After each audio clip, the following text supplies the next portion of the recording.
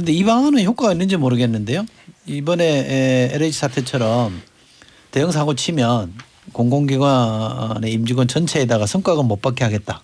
이게 효과 있을까요? 이걸 일종의 이제 개인의 비위에 대해서 기관 전체가 연대 책임을 진다는 의미인데 네. 사실 단체 계약 같은 뭐 거잖아. 지금 국민들이 분노하는 이 수위를 보면은 뭐 이런 조치를 해야 될 것 같지만은 사실 현실성은 좀 이철이의 정치쇼. 박진호 국장님과 경제 얘기로 돌아가 보겠습니다. LH 사태 얘기인데요.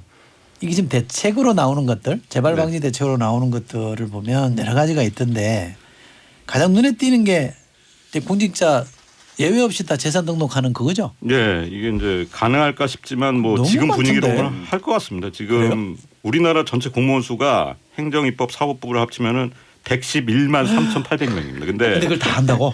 예, 근데 지금 약간 이제 들으시는 분들이 헷갈릴 수 있는 부분이 뭐냐면 재산 등록하고 재산 공개가 달라요. 그렇죠. 예, 재산 등록은 4급 이상 공무원하고 공직 유관 단체, 뭐 LH 같은 공기업도 포함되고 이런 분들이 재산 등록에 해당이 되고 재산 공개는 1급 이상 고위공직자가 하게 되거든요. 네. 근데 등록한 이렇게 재산 등록으로 공무원이 재산을 등록하면은 일반인이 열람은 할 수가 없어요. 열람을 할 수가 없고 네. 그냥 공직자윤리위원회 심사를 받는 거는 같은데 네. 일반 대중이 열람할 수는 없다. 이런 차이가 있는 거고요. 근데 네. 지금 공무원이 111만 명인데 현재 공무원하고 공공기관 공기업까지 재산 등록을 하는 분들이 41만 명이거든요. 네. 근데 이게 대폭 늘어나는 거고.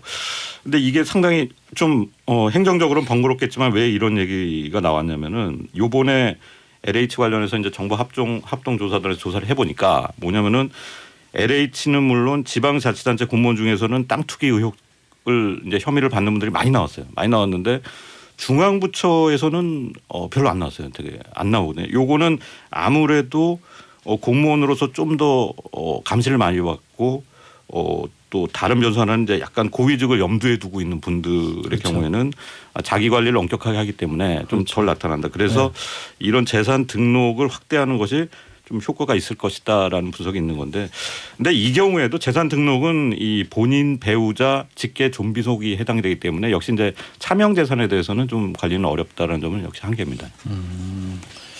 야, 이게 100만 명이 넘는 사람들 한다. 관리를 어떻게 하나요? 이거 등록을 한 이 행정력이 엄청나게 들어갈 것 같아요. 부처를 하나 또 네. 만들어야 돼. 검증은 안 될 거요. 그러니까 어쨌든 등록을 하면 그거를 데이터베이스 분류라도 해놔야 될 텐데. 그러니까 나중에 문제가 됐을 때 요게 이제 걸림돌이 됐을 때 뭐 허위 신고를 했다든지 뭐 허위 그렇죠. 등록을 했다든지 이런 것들이 이제 이게 매년 부담이 신고하기 되는 시작하면 다들 조심하긴 해요. 그렇죠. 실제로. 근데 이 방안은 효과가 있는지 모르겠는데요. 이번에 LH 사태처럼 대형 사고 치면 공공기관의 임직원 전체에다가 성과금 못 받게 하겠다. 이게 효과 있을까요? 이걸 일종의 이제 개인의 비위에 대해서 기관 전체가 연대 책임을 진다는 의미인데 네.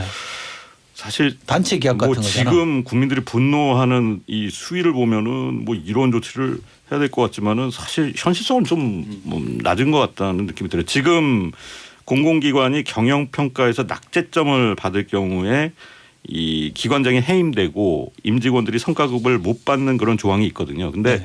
이게 그 윤리경영이나 공공성이 이런 경영평가의 아주 극히 일부분이었기 때문에 여기 해당이 안 됐는데 차라리 윤리경영이나 공공성의 평가 기준 배점을 상당히 크게 높인다. 뭐 요건 좀 현실적일 것 같은데 네. 성과급을 전체가 못 받는다. 이거는 약간 이제 일하는 분들의 사기에도 있고 또 선량한 분들도 있잖아요. 뭐 그런 대다수는 분들에서는 그렇겠죠. 예, 되게 좀 감정적으로 나온 조치 같긴 해요. 일종의 단체 계약 같은 거 아니에요? 예, 예, 그런 거죠. 그죠? 예. 자, 그런데요. 처벌은 한쪽에 있고 한 덩어리로 있고 잘못한 사람들 찾아내서 응당한 책임을 물어야 되고요.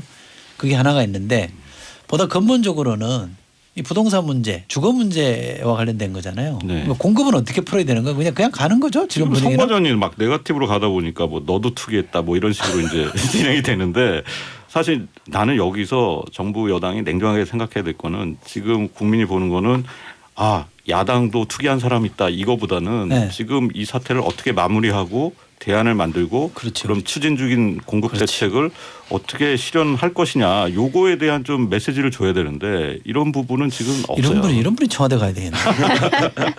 근데 그런 게 워낙 다급하다 보니까 지금 어제도 내가 오늘도 그걸 봤는데 지금 여당 의원분들이 내곡동 가서 뭐 집회한다고 그러거든요. 여당. 예, 여당 의원분들이. 저 오세훈 후보 예, 거기. 지금 그러기보다는 차라리 뭐 광명시흥을 다시 가본다든지 아니면 이제 신규 택지에 대한 그 준비를 점검한다든지 이런 메시지가 좀 필요한 게 아닌가 생각이 드는데 지금 택지 지정이 원래 이번 달에 2차 신규 택지를 발표하기로 했었어요. 지난번에 광명시흥 발표한 것처럼. 맞아. 예, 근데 지금 김포나 하남, 고양, 화성의 일부 지역에 이제 지정이 될 걸로 예상이 되었는데 그러면은 여기도 투기가 있으면 어떡할 것이냐 이제 이런 문제가 있거든요. 그래서 지금 정부의 방침은 이번에는 발표하기 전에 투기 의심 사례를 미리 찾아서 찾은 뒤에 발표를 하겠다는 건데 근데 이것도 역시 지금 토지 거래한 내역하고 지금 LH나 뭐 공직자 명단을 대조해서 또 하겠다는 건데 역시 이제 차명 거래나 뭐 자금 출처 같은 거는 명확히 밝힐 수 없는 부분이고 그래서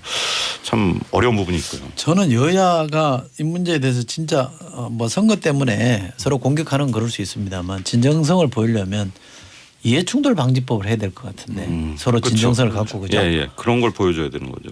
잘 안 될 것 같아요.